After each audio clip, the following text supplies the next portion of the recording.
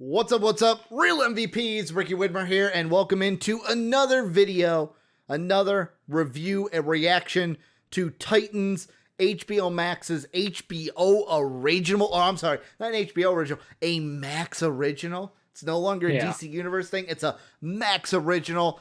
I am joined with my beautiful co-host, Dave Oster. Hey, everybody.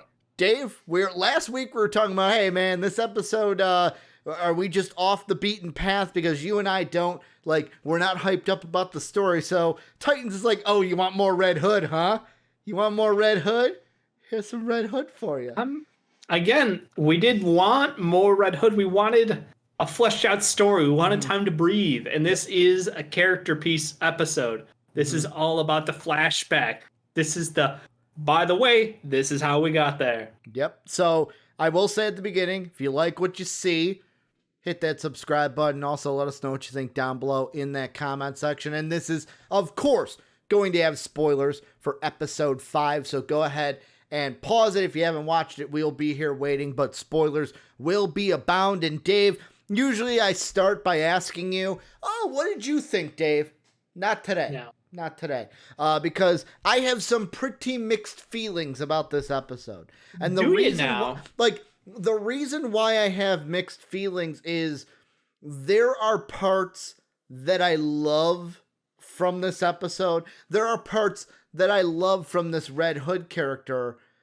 But there's just one thing that, I understand why they've changed the Red Hood story. They have. They've adapted it to fit Titans, which, yes. I don't want to be that guy that's like, it's not like the comic book, so therefore it sucks, blah, blah, blah. But, there's a part of me, the thing that I don't like is that I feel like because of what they set up last season with the, him having the nightmares about Deathstroke, him basically feel like he's still falling from that scene where, PTSD, Deathstroke, PTSD, that they were like, okay, we got to kind of explain this. We got to get that fear away.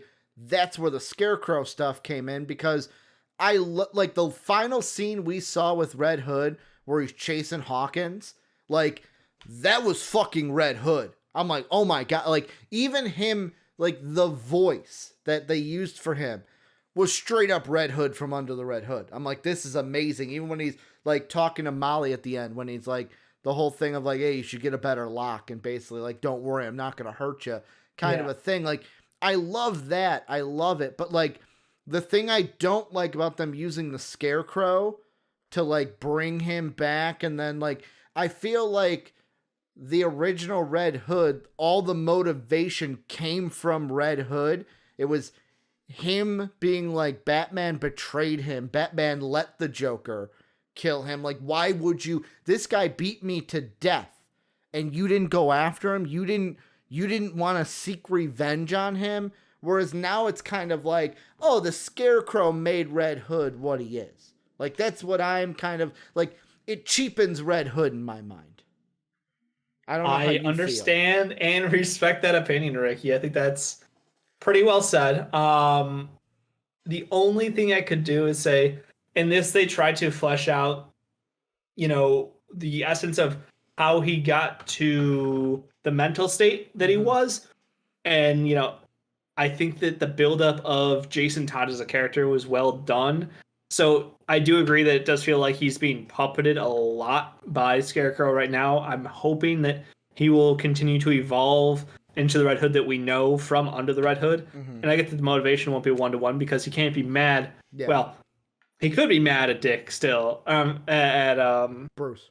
At Bruce, but the whole thing is, like you said, this is not a Batman story. This is a Titan story.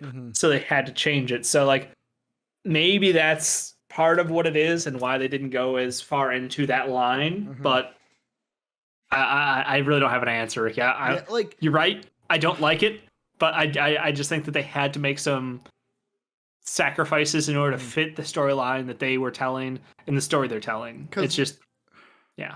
Because I understand. This is me just I usually don't want to be like this to start one of these videos where I'm just ranty.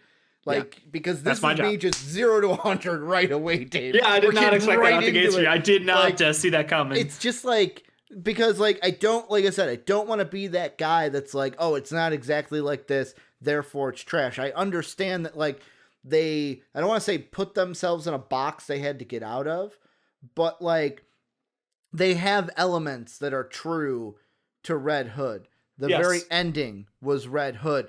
Even though it's not going to be the exact same thing of like, oh, you let the Joker beat me, why didn't you cross that line? There's still a storyline here between him and Bruce where... Well, that's the funny thing is... Go ahead. In this, Bruce did let it get to him. Mm-hmm. He did cross that line. Like, it's the opposite of the Red Hood story. That's what's so fucked about this. Yeah. Is literally, like you said, the trigger was that Bruce didn't respond in the way that he thought was appropriate. Yeah. You're had that realization. The crowbar scene where he dropped it. Yeah. He's like, be a better Batman. No, I mean, like, when Bruce murdered Joker, that was exactly what OG Jason Todd under the Red Hood wanted. Exactly. That's what he wanted out of him. And that's what he got in this. And yet, because that was already like fulfilled, kind of, like there was nowhere else you couldn't put the blame on that for his motivation. So that's why it had to become Scarecrow pulling the strings. I didn't think about that. They eliminated that entire arc right out the gates for you. So I will say this: I completely, because when the scene I'm referencing is like what he says to Dick, like you said, he drops the crowbar, and that's where he's like, "Be a better Batman," and like you could tell it's like, holy shit, he killed the Joker. Like he actually did what he didn't, but like this one, they have that scene where like Bruce takes Jason to the spot where his parents died, and like I love the scene where it's basically Bruce saying like, "Hey, I've lost a lot of people to this city. I don't want to lose you to this city. I got like it was like a breakup where it's like, I got to let you go so you can spread your wings and fly away, young bird. I got to let you, like, I can't, this will hurt you and I don't want you to die." Like him calling Jason's son was like, that was a big shit.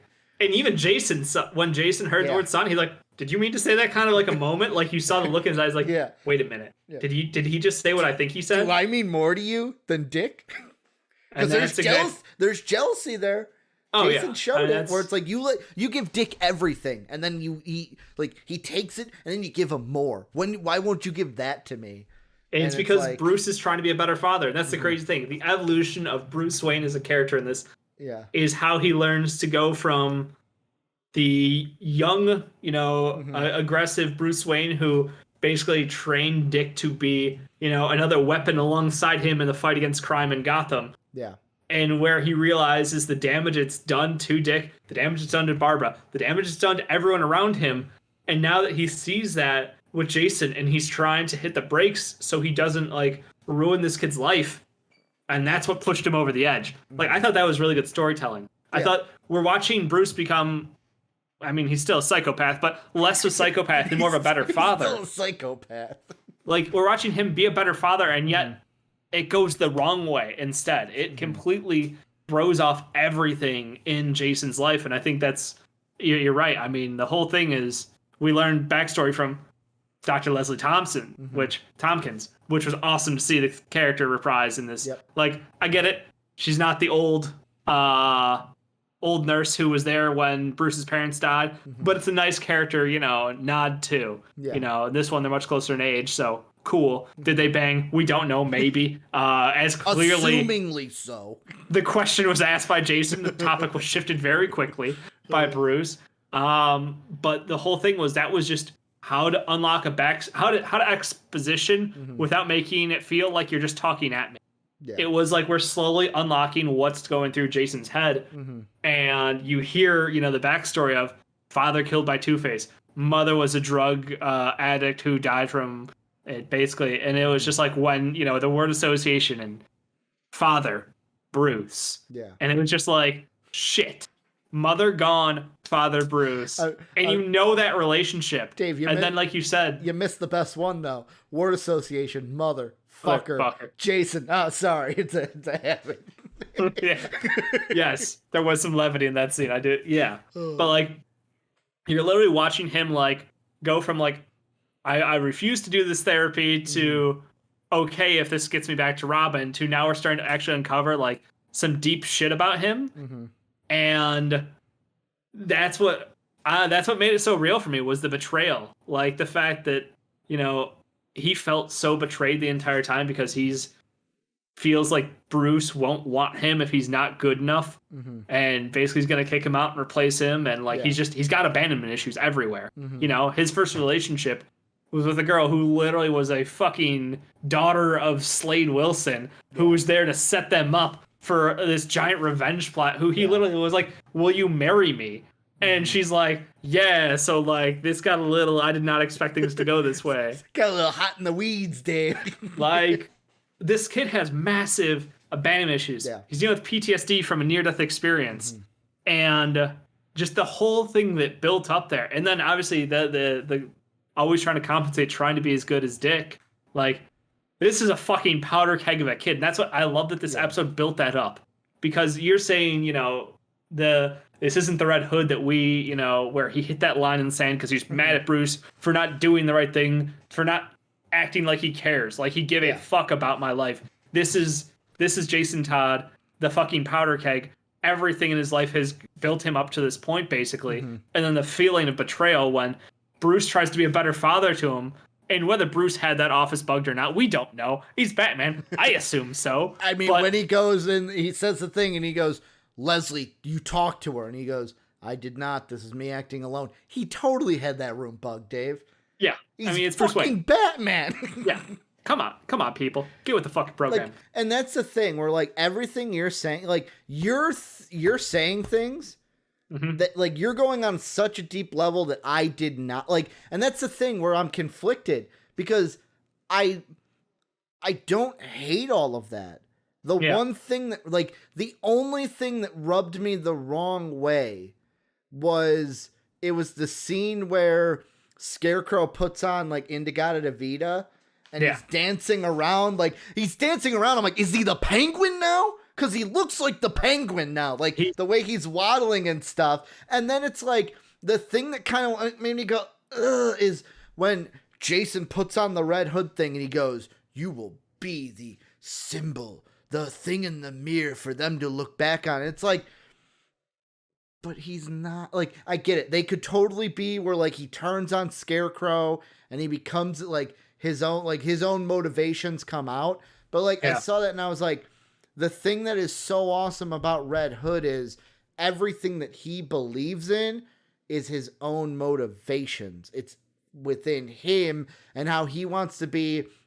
Like, even with them not doing the whole thing of, like, oh, the Joker part, which is totally fine. They've written, like you said, they've written everything well between what's going on with Bruce, and they fit in Dick Grayson to that because obviously it's a Titan show, not a Batman show. You saw when during the opening scene, basically where he was, you know, recovering from their whole fight, and he looks down the water and he sees Nightwing. Yeah. Like, in the water, and it's like, shit, man, like, he is so far gone in his own head about Dick. And, like, even fucking Scarecrow was like, bro, like, we're talking about Nightwing, okay? Like, it's not Batman, okay? Like, you should not be afraid of him. Which, before I bash Scarecrow so much, he had some killer lines. He's like, phenomenal. Like, when Jason Todd goes, the whole hawk thing, he goes, hawk? Yeah.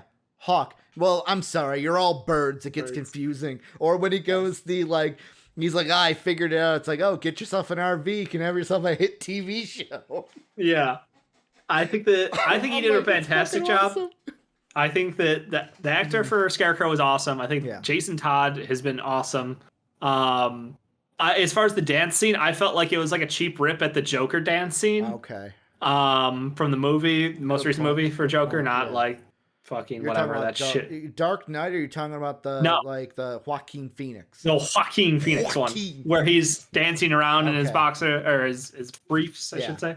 Good point. Good point. Like, it's that like awkward, like carefree dance, and it's like, okay, I guess it didn't really add anything to the scene for me. The fact that it fit Scarecrow, like, you know what it I'm was saying? very clear that it was just supposed to be, oh, I've been drugging up, you know, Jason Todd, and ooh, drugs, so Indigada de Vida, because drugs, and I'm like, feels a little heavy-handed to me, but okay. However, I hear Indigada de Vida, and I think of the Simpsons episode. Yes, you're right. But yeah, like I don't know.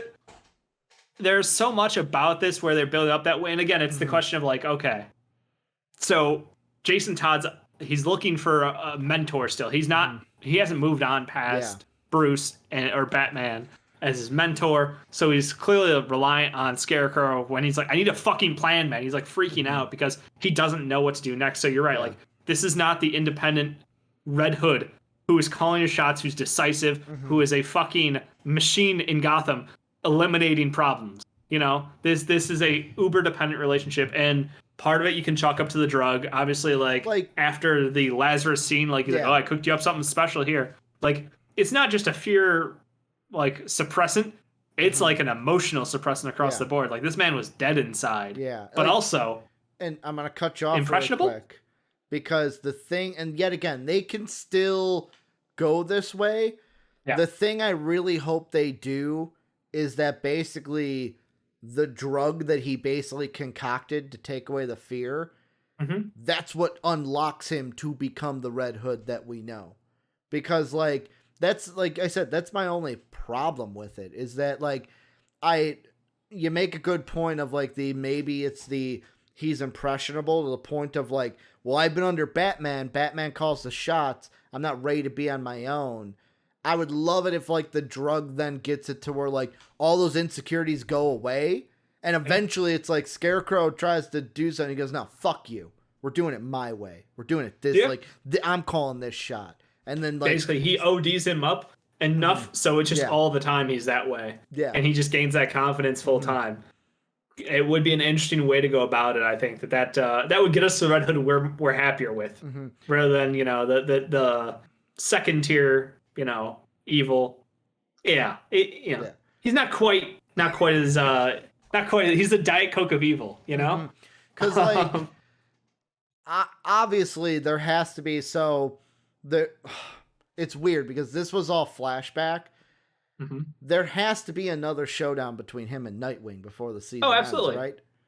Yeah. Like there has to be that one last, like it almost feels like there's got to be like, instead of that like under the Red Hood confrontation where it's Red Hood and Batman on the cathedral roof where Batman learns that like Jason's Red Hood, we need that one last like at the end of the season confrontation, Dick and Jason, to where it's like this is like the final one. Like obviously, like you said, this was all character building and letting us know how did he become the Red Hood, what's going on, what's behind the scenes, what's going on with Jason, just Jason.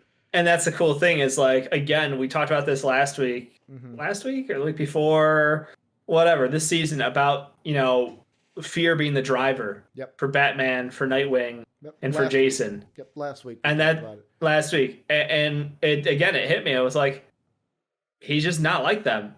Yeah. Bruce and Dick see fear in one way and use it as a tool. Jason is the opposite. It cripples him almost. It cripples him. Yeah, we watched him literally like PTSD over the near death, but then he couldn't even handle a street thug who's recruiting for Jokers. Who wants to know what the fuck that was about? Yeah, the whole pulling kids off show you guy who can put a smile on your face. I don't want details. That was fucked up. By the way, though, had a great line from Jason. Yeah, I'm fucked. She's off. Yeah, I did really enjoy, again, his banter. Like he is so Jason Todd. He has the character down, and I love it. But yeah, it's that idea that like he can't deal with his shit. Like he's not built the same way. He doesn't react to fear the same way. So he removes fear. He takes out of the equation entirely. It's so cool to see that as like the core of the characters and where it splits. Also, weird one-off thing, completely probably unintentional. Maybe it is. Maybe I'm reading too much into it. You saw Bruce was driving a Ferrari, right? Yeah. Dick, do you remember what car he was driving?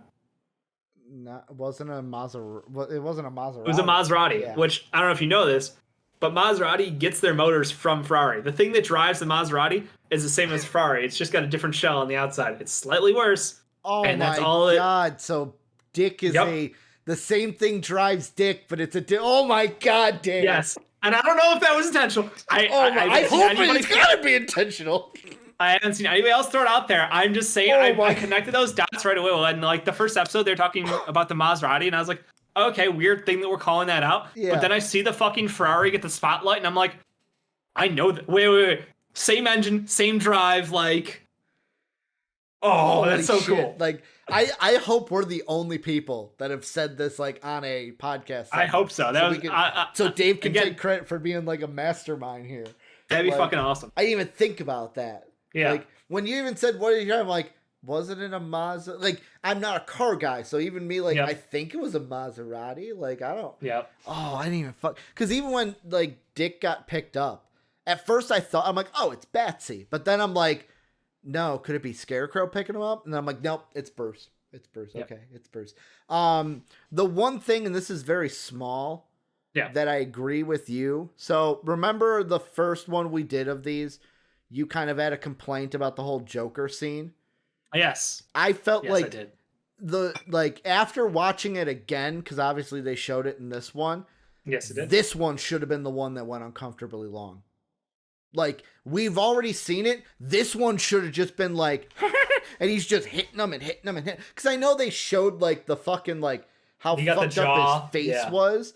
Yeah. But, like, I just, like, after watching it again, I was like, nah, I kind of agree with Dave. This is the one that should have been uncomfortably long. It should have made me feel sick to my stomach. So that then when I saw him get fucked up, it's like, yeah, okay, yeah, I rightfully so, that I feel like a weird feeling in my gut. Yeah. And they did, again, a lot of people were complimentary of them actually showing, like, the fucked up face. Yeah. And, like, actually putting some camera time on it. But I stand by my take It was of, like. still dark, though, to where it was, like, kind of Yeah. shaded, but. Yeah. You got CGI the shot of that. Yeah. You know, you can't just rip somebody's face off. But my point being, they had an opportunity to make it better by focusing in on the uncomfortable. Yep. And I think they swayed away from that. And I think that was a poor decision. But Lazarus Pit. Yep. I mean, two things. Do you hate how it's like a secret Lazarus pit under the GCPD? Yeah, I knew you were going to have a problem with this. Under the fucking prison? Are we saying there's a Lazarus pit under the prison? Yep, they are, Dave. That's exactly what they're saying. Oh, okay, so cool. Joker's not actually dead then. They probably just rolled his dumb ass into the fucking Lazarus pit. Like, no consequence anymore against the villains. The fucking prison where everybody's being held. Just in vulnerability fucking underneath the pit Barbara there. Gordon does not keep good house cleaning or does not keep good track of her house. Batman basically. drops people off there on the fucking weekly. Doesn't know there's a goddamn Lazarus pit in the basement. Like, that one, I was so angry at. I was so angry. I was like, this is the dumbest shit writing I've ever seen. This is just cop-out writing. Oh, Ricky, that was... Also with the Lazarus pit, can I be a little picky with it? Be my guest. How do you have a Lazarus pit and not have it green? The Lazarus pit has always been green. It's blue. Yeah. Like, it's blue. There was one small thing that I'm like, so we're just being different to be different now, right? Like in this scene. Yeah. Like, it doesn't feel good. I didn't like that it was in that. And Scarecrow knows about the Lazarus pit. Right. How does Scarecrow know about the Lazarus pit, but nobody else fucking knows about the Lazarus pit? Like, how is this a magical thing? And also, like, I get the fact he can communicate out of the fucking asylum. Yeah. That's fine. I don't care. Like, that's expected. You know, that's a situation where, like, hey, we get it. It's not the most fucking, like, uncorrupt place in the world or anything. So, like, of course. But, like, he gets his own fucking basement with a Lazarus pit all to himself down there. I've got questions. Just saying. Things just stop adding up at that point. And then jumping from Lazarus Pit, the other thing of the episode was obviously the trophy room. Oh, that was the that was the best part. They had that was one of the most, like, fun scenes of the entire episode. It was just really well done. Because you had the ventriloquist dummy, Scarface. Yeah. You had the Two-Face coin. Yeah. The Joker cards. Yeah. Catwoman's mask and whip. Yep, which means where's Catwoman in this universe? Yep, you had Scarecrow's fear toxin plus the Scarecrow mask. Which, I love the mask. Yeah. I really thought that mask looked good. I'm like, it's one of those ones where I'm like, shit, are we gonna see him wear it? Are we gonna see him in the Batcave get his mask back from? We are. Oh, I can't wait. We totally are. I'm trying to think if I missed anything. I think that was everything. Ra's al Ghul's sword. Oh, that's right. Ra's al Ghul's sword with they zoomed in on the inscription. The inscription. On Yep. it. Because here's the thing that I'm thinking about. Like, no, they probably won't. Like, because they zoomed in, I felt like they zoomed in on Catwoman's awkward, like not awkwardly long, but like long enough to where I'm like, is she gonna show up? Is she gonna be like in the Bruce storyline, depending on how that kind of goes? Because Bruce killed the guy and then just left. Like, we don't even know what's gonna happen. Like, is Bruce gone for good? Obviously, like, yet again, we still haven't seen Dick in the Batman costume, which is gonna be fucking awesome. I can't wait to see that. God, what if they do the final confrontation with Red Hood and Dick while Dick's in the Batman costume, and Jason makes the point that kind of you made, where it's like, oh, it's almost like I didn't have to guess. It's almost like looking at the same person in the mirror. Yes. Oh. But they all... I feel really good about the way it's being set up. Mm-hmm. A lot of this is just... It's good, but I want it to be better is a problem. Yeah. Maybe it's just the fact that we're seeing live action. Yeah. And their fucking animated shit is so good that the bar is set so high in my mind that it's like, I'm okay with them not sticking straight to the OG plot because of going Titans over Batman. Mm-hmm. But the blowout scene was basically that 3-man fight between Joker, Batman, and Red Hood. Mm-hmm. And now will it be Scarecrow, Nightwing / Batman, and Jason? And it doesn't have the same thing, because it was like Batman was like half defending, half fighting, because it was don't kill the Joker. Yeah. I don't know that, is Jason going to try to kill Scarecrow and we're going to have Dick defend Scarecrow? Like, is that what's going to... I don't know. Like, that's... You floated out, how is it going to finish up kind of thing earlier, and I was just like... Or can I throw a loophole, because they have done totally different from what we've seen? Yeah, no. Does Dick cross the line? Does Dick, in trying to, like, going back to what Batman said, be a better Batman, does Dick cross the line and either kill Scarecrow or Jason Todd? I would say Scarecrow, but like either or, like, does he cross that line to where it's like, fuck, not even I could have been a better Batman? And like that, like, fucks him up for the future. Because yet again, like, we've even mentioned, like, every season isn't going to have this roster of Titans. Eventually, they're going to move some people on. And cycle through, and get to other storylines. Which, speaking of other storylines, eventually, the answer is, I don't know. That's why I'm not answering your question. I don't know if they do. I don't want to think about it, man. I don't hate it. I don't love it. I don't know, and I don't want to jinx anything. Because I will say this. Eventually, they have to move Cyborg over from Doom Patrol, right? And have him be a part of the Titans. Yeah, which is... it'll work out fine. Mm-hmm. You'd think so. At least interact with them for another, like, maybe a spotlight episode or something. Like, give us something. But we did see Donna Troy. We did. She was in a dream sequence for Jason of like wasn't she saying like, she was basically saying don't like beat yourself up kind of a thing, like you're okay, like wait, and then it's like wake up, and then it's Bruce like, Jason, you're okay. You were yelling. You're okay. Yeah, you were yelling or screaming or something. It was just like, shit. Like, so it's that reminder. It's like, oh yeah, she's still off being dead somewhere. Yeah. And we still gotta wait for Raven. Yet again, I know we mentioned this before. Eventually, we're gonna get that. Maybe this, you said filler, but like previously, as far as like what is this the foreshadowing that the next episode is gonna mention that? I think they could let it simmer. I think they could let the Red Hood line simmer now that they've got this episode as like a spacer, because we've now gone back, we've flashed back, we've covered his past and his build up. So now it would be a good time to step forward with a different story arc for the season. Not Blackfire, not Red Hood. You could do Blackfire if they want. So I'm still uninvested in the Blackfire. Yeah. Yeah. Give a shit. I want to see Donna Troy come back. I want to see Rachel. But yeah, no, I just think that it's this whole thing. Mm-hmm. You know how I was like, don't make me feel bad for Jason for being an asshole who murdered Hank. Yeah. But now I'm like, I can kind of see like how his mental state got here. Like the kid thought he was worthless without being Robin. Like that was his existence. That was who he was. And without Robin, he was nothing. And then it's just like everything, abandonment, PTSD, like all this shit just piled on. And then obviously the drug use, like it's Man, they did such. This was one of the best episodes of Titans, I think, They that made it, that they they've made it done. real. They made it real and They made you They made it care. relatable. Yeah.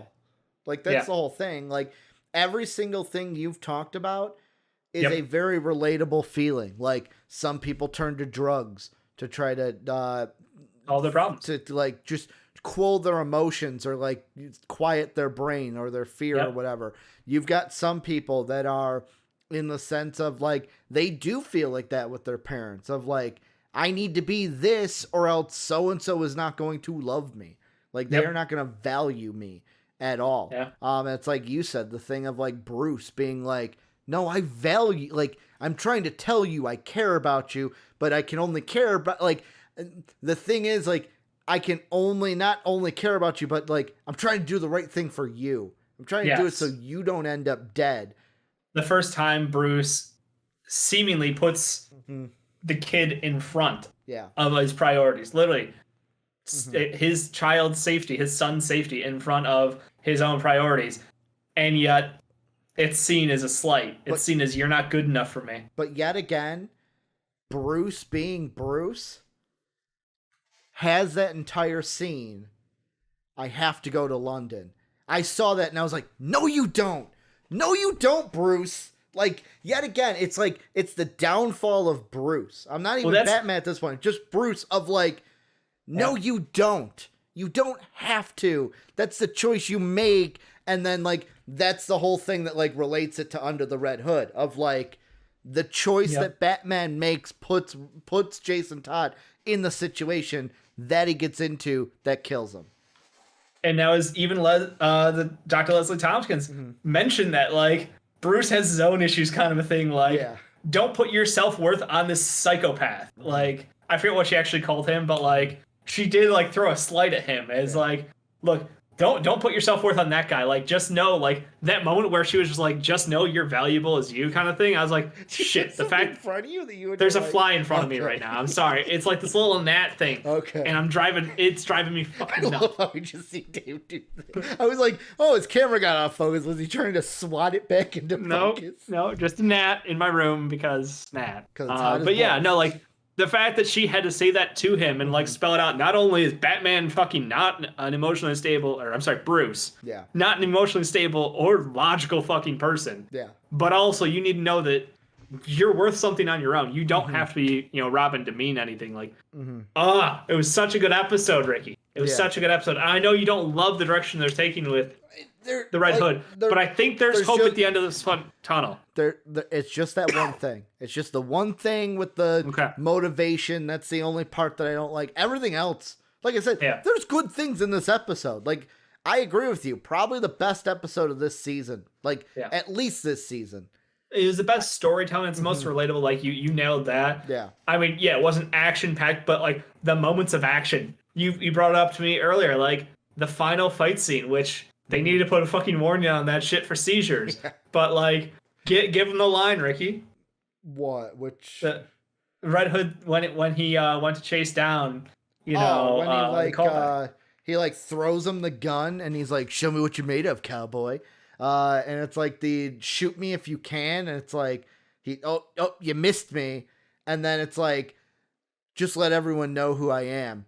Fuck it, I'll do it myself. And he just kills it, like boom, like, and I was like, oh, it's so red, like, because when he was like, oh, tell everyone who I am, I started to get like all like depressed, like it's not Red Hood, and he's like, fuck it, boom, I'll do it myself. I was like, yeah, that's Red Hood. Exactly. 1989 Batman, right out the gates, tell your friends about me. And he hits the line, and then he instantly Red Hoodifies it. And he fucking finishes his job himself. It's like, that's the difference. That's the fucking difference. And they put an exclamation point at the end of the episode. I loved it.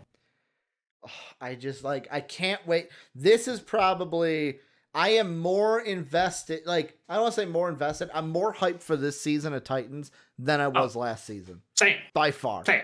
Like, last season, it got to a point where there were a couple episodes where I'm like, okay, I got to get through this. There has not been, maybe last week was kind of like that, but like going into it, I didn't have that. Every single episode this season, I cannot wait to watch the next episode. I cannot wait to see what's the next thing they're going to do with this. I think talking to you has made me More want to watch hyped about more. it?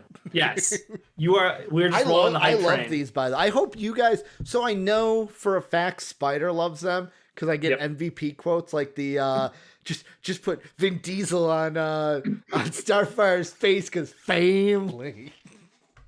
Which makes me laugh. Yeah. I'm like we talk about. I make myself laugh all the time. So like funny shit that I say just makes me laugh even more. But any final thoughts before we wrap this up? Yet again, another like half hour-ish episode. Yeah. Yeah. Which not bad. I like having these long form conversations. Same. It's a little better than those 10-minute ones. But yeah, let us know what you guys think down below. Are we out of our minds? Are we right with our minds? Did you agree with anything? Is there a point? There's a lot. This is probably the first episode where I feel like somebody is going to have to really dig for something that we missed in this episode. Because you were pulling out things that I didn't even think about. Especially that Maserati thing, Dave. Like, that blew my fucking mind. I literally saw that as soon as I saw it. I was like, did they just... Are we going there? Yeah. Like, oof. That had to be intentional, right? Please, someone confirm that was intentional. If you are on the set of Titans or were involved with the writing process, please let me know that was intentional. Oh, that fucking, like, you said that, it just blew my mind, literally, to where I'm like, I can't believe that I did not think about that. But also, if you want to support us, make sure to check out patreon.com/MVPvids. Join the Discord today. That's for free if you want to talk more about. We have a movie TV chat where the big thing in the movie chat was the Spider-Man trailer came out. Day and people were talking about Mephisto and how some people don't want Mephisto in the MCU because they want them to do something else. But Doctor Strange would never do that. He would never do anything. But that's going to do it for our Titan review. We'll be back next week with more. And as always, have a good day, everybody.